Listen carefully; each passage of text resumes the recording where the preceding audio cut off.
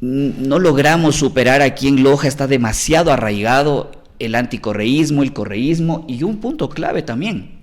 Quien ha colaborado mucho en eso son los mismos medios de comunicación, o ciertos medios de comunicación, ¿no?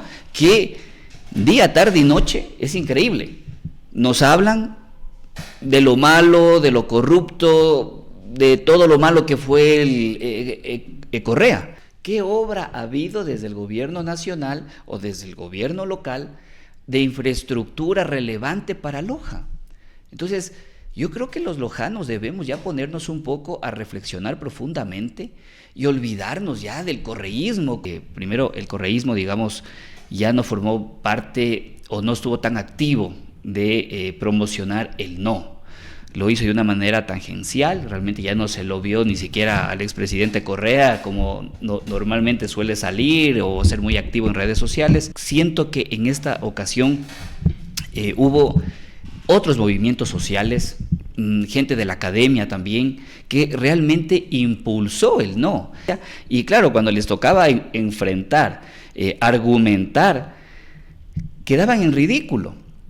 Entonces la población no es tonta, se da cuenta, ¿no? Y había también gente totalmente identificada con la derecha del país, que apoyó al presidente Noboa, que hasta ellos se sorprendían de estos temas, ¿no? Sí, tratar este tema de lo que acaba de pasar recientemente. Si bien es cierto, las elecciones ya tienen su resultado, la mayoría arrasó el no en este consulta y referéndum popular de noviembre de 2025. Pero hubieron particularidades, entre ellas que en Ambato, Tungurahua es producción, si me corrige, en Tungurahua gana el sí. Se aísla prácticamente del mundo y gana el sí. Y en Loja algo similar, pero a media tinta. Se gana en toda la provincia como tal, 2 el no, 2 el sí. Y en el cantón gana el sí también. ¿Por qué estas dos provincias? No nos desconcentremos mucho, quedémonos en Loja, provincia y cantón. ¿Por qué la reacción, ese voto tan distinto a nivel de todo el Ecuador con los resultados que ya tenemos visibles a la orden de la ciudadanía? Buenas tardes, estimado amigo. Buenas tardes, un gusto también en saludarlos a toda la audiencia. Bueno, creo que es importante también tener claridad para qué fue esta consulta. Partamos un poco de eso, ¿no?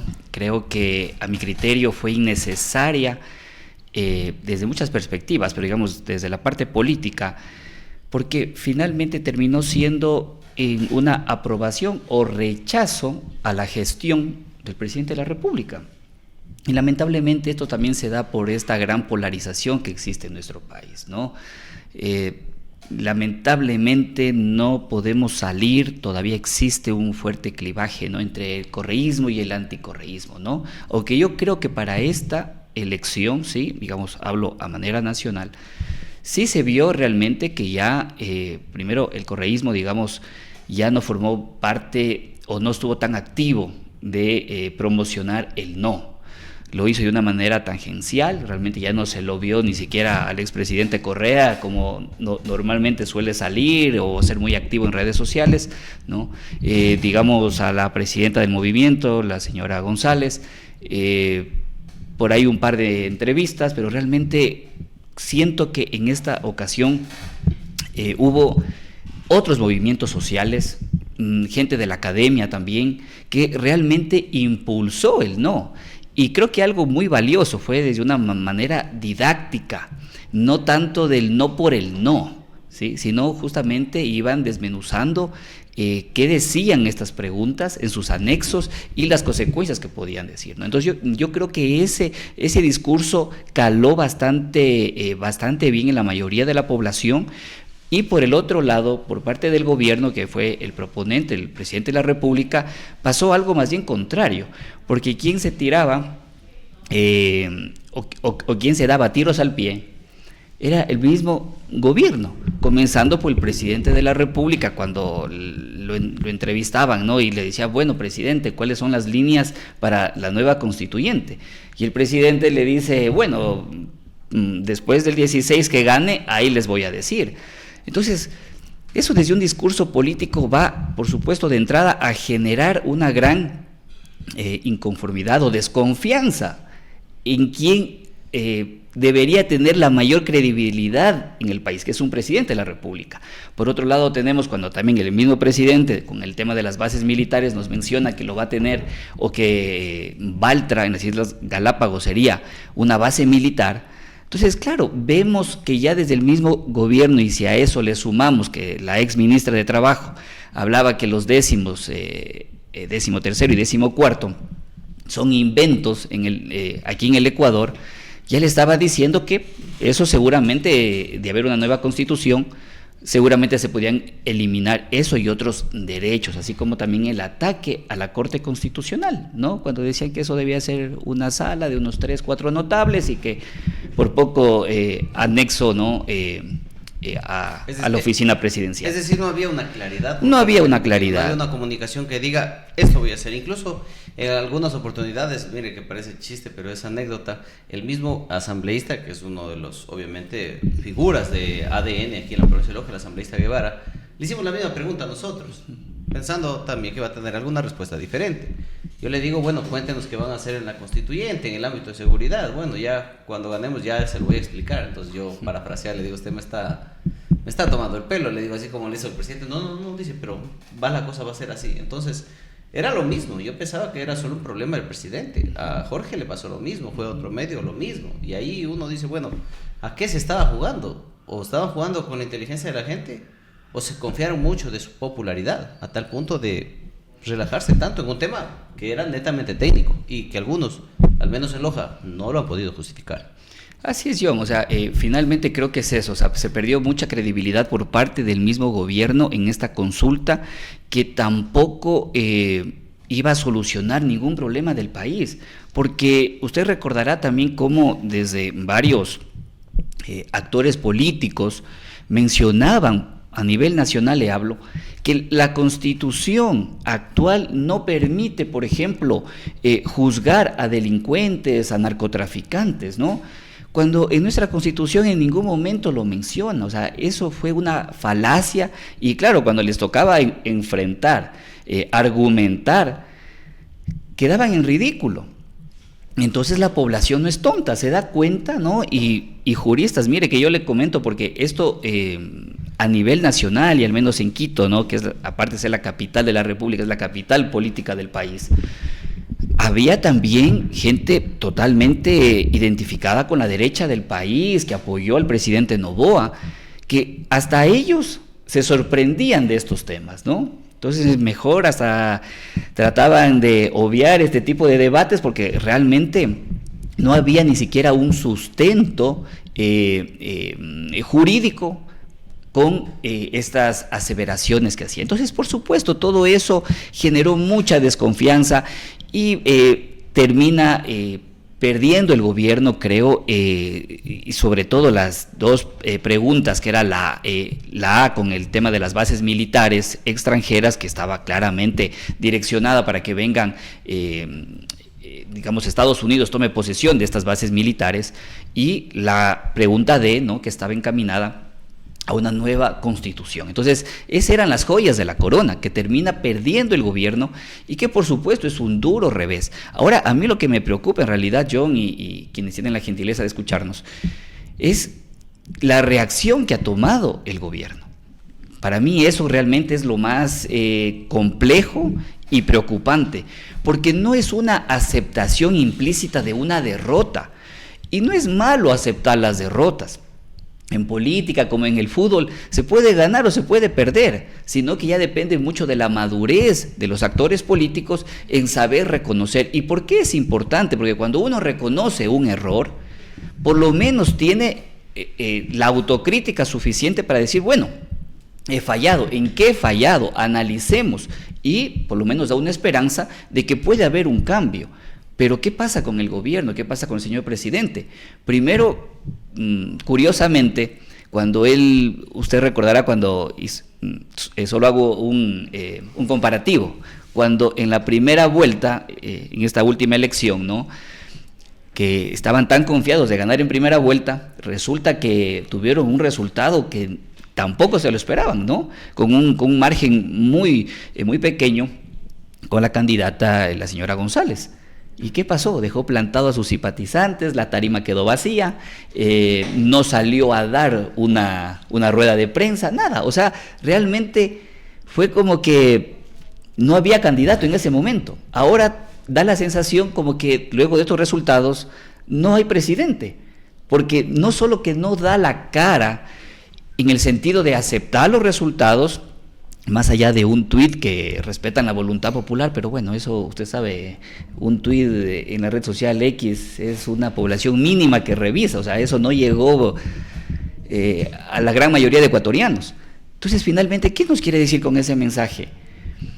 Que aparentemente no hay una autocrítica y que poco o nada va a cambiar de aquí en adelante, más allá de unos cambios superficiales que se ha hecho en el gabinete ministerial, pero también tener claridad que los sectores más críticos que tiene actualmente el país, temas de seguridad, temas de salud, temas de infraestructura, no hay ningún cambio, se mantienen. Entonces, claro, todo eso llama mucho la atención y creo que es preocupante a mi punto de vista, y me temo y espero que no sea así, que no van a haber cambios estructurales, que esto no va a generar un verdadero cambio en el gobierno ni la actitud del presidente. Espero equivocarme. Muy bien, ahora los resultados de Loja. Diferentes a los del país, pero no solo Loja, Loja Cantón, Loja Provincia. Loja Provincia, uno pensaría que, bueno, cuando una persona hace un buen trabajo, bueno, seguramente debe tener popularidad. Eso es al menos mi percepción. Así es. Pero hay cosas que pasan en Loja bastante raras. Y lo que se ha dado en este momento es, por ejemplo, hay nula obra del gobierno nacional en el cantón y en la provincia. Y en el cantón más todavía, se lo digo así, con absoluto criterio. En Loja menos todavía, si comparamos con otros gobiernos en el pasado. En Loja muchísimo menos. Pero el apoyo es contundente. Y ahí uno se pregunta, ¿es el apoyo al presidente o es el apoyo contra una corriente política? ¿Cuál realmente puede ser el comportamiento ahí? Mire, yo creo que eso se debería hacer un análisis sociológico más profundo, pero evidentemente Loja Cantón tiene una particularidad y yo, a mi criterio, no creo que fue un apoyo al presidente, más bien es un voto en contra, que lamentablemente los lojanos, y hablo lojanos Cantón, eso ya lo hemos adoptado de una manera como que lo hemos normalizado en las elecciones, tanto a nivel nacional, a nivel provincial y a nivel cantonal. Y hablando de Loja, se repite eso. No vamos a las urnas a votar por la mejor opción. No vamos a votar en Loja con un criterio más formado, sino vamos con el voto anti, ¿no? Entonces, porque me cae mal el candidato o esa corriente política, pues voto por lo que representa lo contrario, ¿no? Entonces, ¿quién está mejor opcionado? Entonces, le doy el voto a ese personaje. Yo creo que eso está pasando en Loja, digamos, como una primera instancia, ¿no? Lamentablemente, no logramos superar aquí en Loja, está demasiado arraigado el anticorreísmo, el correísmo, y un punto clave también. Quien ha colaborado mucho en eso son los mismos medios de comunicación, o ciertos medios de comunicación, ¿no? Que día, tarde y noche, es increíble, nos hablan de lo malo, de lo corrupto, de todo lo malo que fue Correa, pero 8 años y medio ya Correa ya ni siquiera vive en el país, ya ni siquiera son gobierno. Y lo de Loja. Y lo que es peor, ¿no? O sea, ni siquiera hacen una crítica al mismo gobierno que apoyaron en su momento, ¿no? Pero centrémoslo en este caso, estimado amigo Jorge. En Loja es igual.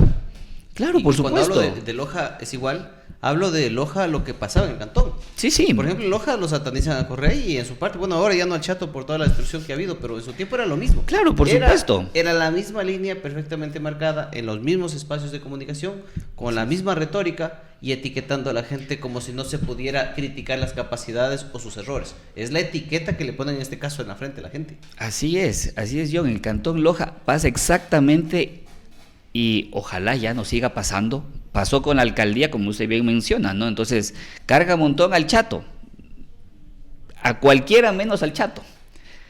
Pasa lo mismo con Correa o con todo lo que huela a Correa.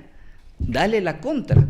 Pero curiosamente, no hay una autocrítica y finalmente veamos qué ha pasado en estos últimos 8 años. ¿Qué obra ha habido desde el gobierno nacional o desde el gobierno local de infraestructura relevante para Loja? Entonces, yo creo que los lojanos debemos ya ponernos un poco a reflexionar profundamente y olvidarnos ya del correísmo, como que eso fuera, como que fuera el cuco o el mal a vencer. No, o sea, si seguimos en esa dinámica, se va a generar, o sea, yo insisto, ¿cómo en estos últimos 8 años, qué ha pasado en Loja? ¿Qué obra, qué infraestructura? La famosa carretera de 4 carriles. Ofreció Moreno, ofreció Lazo, ofreció Novoa. ¿Qué ha pasado? Seguimos con graves problemas de infraestructura, ¿no? No ha crecido en lo absoluto Loja, el tema del desempleo, la pobreza se siguen incrementando.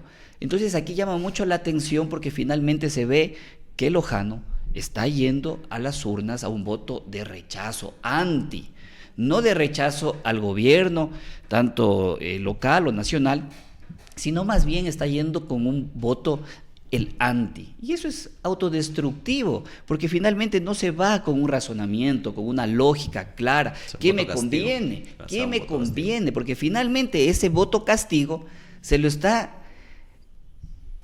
regresa por el propio lojano. Quiero hacer el último planteamiento y con esto me despido para darle también el espacio para que usted se pueda despedir.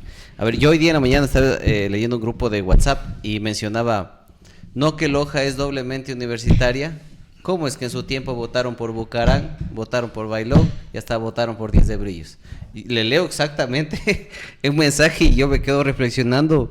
Me dice La Febre, ¿por qué votan así en tu ciudad? Me dicen a mí.